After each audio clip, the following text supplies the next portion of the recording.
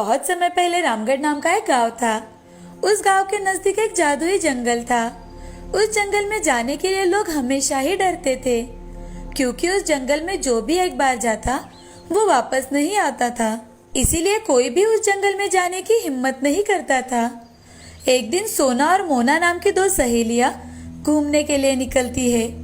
घूमते घूमते वो जादुई जंगल में चली जाती है। वहाँ जंगल में जाने के बाद वो जो अद्भुत नजारा देखती है तो वो देखती ही रह जाती है। जंगल बहुत ही खूबसूरत है। वो दोनों जंगल देखती है तो देखती ही रह जाती है। सोना और मोना जंगल की खूबसूरती देखते देखते दोनों सहेलियां अंदर तक चली जाती है। अंदर जाने पर एक जगह रुक जाती है। उनके सामने दो रास्ते होते हैं। एक रास्ता होता है जहाँ उजाला फैला होता है और दूसरे रास्ते पर अंधेरा छाया होता है। ये देख सोना मोना से, यहाँ तो दो रास्ते हैं, हमें कौन से रास्ते से जाना चाहिए? यहाँ तो कुछ समझ नहीं आ रहा। दोनों सोच ही रही थी, तभी उनके सामने एक जादूगरनी आ जाती है और जादूगरनी उन दोनों से, तुम दोनों का इस जादुई जंगल में स्वागत है। यह एक अच्छाई का रास्ता है और एक बुराई का रास्ता है। तुम दोनों को अपने लिए एक रास्ता चुनना होगा। सच्चाई के रास्ते पर एक बुढ़िया मिलेगी जो कि तुम्हें बहुत ही अनोखा ज्ञान देगी। वो ज्ञान तुम्हारी जिंदगी को पूरी तरह से बदल देगा। यह एक सच्चाई का रास्ता और ये दूसरा बुराई का। तो हमें बुराई के रास्ते पर जाकर क्या मिलेगा? बुराई के रास्ते पर तुम्हें एक चुड़ैल मिलेगी। उसके पास ढेर सारा खजाना है। कहो, अब तुम दोनों में से कौन सा रास्ता चुनोगी? मैं तो खजाना लेने के लिए बुराई के रास्ते से जाऊंगी, क्योंकि दुनिया में दौलत ही सबसे अहम है। हे जादूगरनी, मैं बुराई के रास्ते से ही जाऊंगी। मुझे बेकार के ज्ञान की कोई जरूरत नहीं है। और तुम सोना, किस रास्ते से जाना चाहोगी? हे जादूगरनी, मैं अच्छाई के रास्ते पर जाऊंगी। मेरी माँ ने सिखाया है कि इस दुनिया में ज्ञान से बढ़कर कोई चीज नहीं है। दोनों सहेलियां अपना अपना रास्ता चुन लेती है। सोना अच्छाई के रास्ते पर चली जाती है और मोना बुराई के रास्ते पर जाने के लिए निकल जाती है। सोना बहुत अंदर तक चलते हुए जाती है। सोना को बहुत दूर चलने के बाद एक बूढ़ी औरत दिखाई देती है। वो बूढ़ी औरत सोना को घर के कुछ काम करने के लिए कहती है। सोना खुशी खुशी बूढ़ी औरत के सारे काम कर देती है और बूढ़ी औरत सोना पर खुश होकर उसे ढेर सारी ज्ञान की बातें बताने लगती है। सोना उस बूढ़ी औरत की बातें बड़ी मन लगाकर सुनती है। दूसरी ओर मोना बुराई के रास्ते पर चलती है। मोना चलकर बहुत दूर तक आ जाती है और वहाँ उसे एक चुड़ैल दिखाई देती है। वो चुड़ैल दिखने में बहुत ही डरावनी थी। उसकी एक आँख खराब थी और एक पैर टूटा हुआ था। ये देख मोना बहुत डर जाती है। वो चुड़ैल मोना से, तुम यहाँ खजाना लेने आई हो? इस जमीन के नीचे खजाना छुपाया हुआ है। तुम जितना चाहो उतना खजाना ले जा सकती हो, लेकिन तुम्हें मेरी कुछ शर्तें मंजूर करनी होंगी। चुड़ैल की बातें सुन मोना जल्दबाजी में, मुझे आपकी सारी शर्तें मंजूर है। मुझे तो सिर्फ खजाना चाहिए, खजाना। कहाँ है खजाना? मोना वहाँ की जमीन में खुदाई करने लगती है। खुदाई करते करते वो जमीन में बहुत बड़ा गड्ढा बना लेती है, मगर उसे कुछ भी हासिल नहीं होता। मोना बहुत समय तक खुदाई करने के बाद वो चुड़ैल से, खुदाई करते करते मेरी हालत खराब हो गई है, मगर मुझे कुछ भी नहीं मिला। कहाँ है खजाना? मोना की बातें सुन चुड़ैल बहुत हंसने लगती है और मोना से कहती है, मैंने तुमसे झूठ कहा था। यहाँ कोई खजाना नहीं है। अब मेरी शर्तों के मुताबिक तुम्हें करना होगा। मेरी शर्त के मुताबिक तुम्हें तुम्हारी एक आँख और तुम्हारा एक पैर मुझे देना होगा। तुमने तो मुझे ऐसा कुछ भी नहीं कहा। मैंने तुम्हें बताया था कि मेरी कुछ शर्तें हैं और तुमने उन्हें सुनने से पहले ही मेरी सारी शर्तें मान ली। लेकिन कोई जमीन के खुदाई के बदले में एक आँख और एक पैर लेता है क्या भला? मैं मेरी एक आँख और पैर नहीं दूंगी। मैंने तुम्हें बताना चाहा, मगर तुमने सुना ही नहीं। तुमने मेरे साथ धोखा किया है, धोखा। तुम किसी की बात ही नहीं सुनती हो और मुझसे कहती हो कि मैंने तुम्हें धोखा दिया है। तुम्हारे मन में लालच आ गया था, जिस कारण तुमने बिना सोचे मेरी शर्त मान ली। और तुम शायद भूल गई हो कि तुम बुराई के रास्ते पर आई हो। अब मैं तुम्हें नहीं छोड़ूंगी। वो चुड़ैल मोना को पकड़ लेती है और मोना की एक आंख और एक पैर निकालकर खुद को लगा लेती है। अब मोना ढंग से चल भी नहीं पाती और एक हाथ से तो अंधी हो चुकी थी। तुम्हें बुराई के रास्ते पर चलने का सबक मिल चुका है, अब तुम यहाँ से चली जाओ। अपने भले बुरे हालात के साथ मोना उस रास्ते से वापस चली जाती है। कुछ देर चलने के बाद दोनों सहेलियां एक ही जगह पहुंच जाती है जहां से उन्होंने चलना शुरू किया था। मोना ने सोना को देखा तो सोना पहले से ज्यादा खूबसूरत दिख रही थी और उसके चेहरे पर एक अलग ही तेज दिखाई दे रहा था।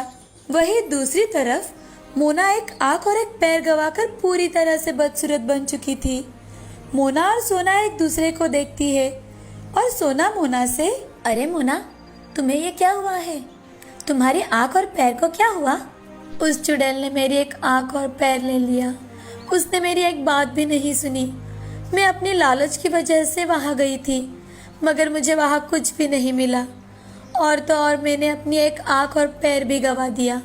मैं वहां खजाना मिलने की लालच में खुदाई करने लगी, जमीन खोदने लगी, मगर मैंने चुड़ैल की बताई हुई शर्त ही नहीं सुनी और आज मेरी ये हालत हो गई है। ये सब मेरी ही गलती है। मैंने तो सच्चाई का रास्ता चुन के बहुत अच्छा किया। वहां जाकर मुझे अमूल्य ज्ञान मिला। सोना की बातें सुन मोना को खुद की गलती का एहसास हो गया और वो चुपचाप अपने घर जाने के लिए चली जाती है।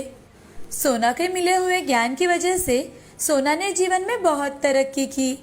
उसने सभी को अच्छी बातें बताई और सबको अच्छाई का रास्ता बताया। दूसरी ओर मोना ने की गलती की वजह से वो बहुत बदसूरत हो गई थी और इसी कारण उससे कोई भी बात नहीं करता था। उसकी आर्थिक परिस्थिति भी बहुत खराब हो गई थी। अब उसे उसकी गलती का एहसास हुआ था और वो खुद के लालची स्वभाव के कारण बहुत शर्मिंदा थी। इस कहानी से हमें यह सीख मिलती है कि दौलत का लालच इंसान के मन पर जल्दी ही हावी हो जाता है और हमें बुराई के रास्ते पर चलने के लिए मजबूर कर देता है। इसीलिए जिंदगी में कभी भी बुरे कर्म नहीं करने चाहिए। मन में लालच ना लाकर निस्वार्थ मन से लोगों की सेवा करनी चाहिए। लालच इंसान को बुरे कर्म करने पर मजबूर कर देता है। कई साल पहले सूरतपुर नाम के गांव में मनीष नाम का जलेबी वाला रहता था। कई पुश्तों से वो जलेबियां बेचा करते थे। मनीष की बनाई हुई जलेबियां सभी लोगों को पसंद थी और इसी कारण लोग भी बड़े मजे से खाया करते थे। मनीष बहुत ही लालची आदमी था। वो सबको ठगने के बारे में ही सोचा करता था। सबकी नजर बचाकर वो तराजू के नीचे चुंबक लगा देता था।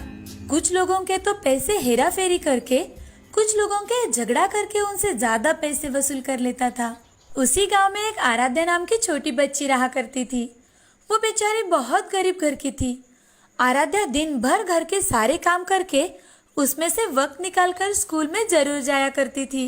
उसका विश्वास था कि पढ़ाई करके उसका भविष्य जरूर अच्छा होगा। उसके स्कूल में एक रघु नाम का एक नटखट लड़का था।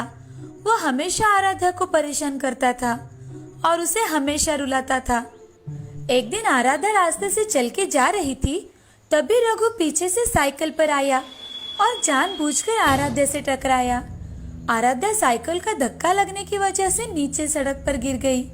तभी रघु ने आराध्या से कहा, क्यों रे आराध्या, बड़ी मैडम की तरह रास्ते के बीचों बीच चल रही है। घंटी बजाने पर भी बाजू नहीं हटती हो। तुम क्या बहरी हो? रघु के ऐसे कहते ही आराध्या बहुत चिढ़ जाती है। आराध्या चिढ़कर रघु से, तुमने बेल कहाँ बजाई थी? झूठ मत बोलो। वैसे भी तुम मुझे हमेशा सताते रहते हो।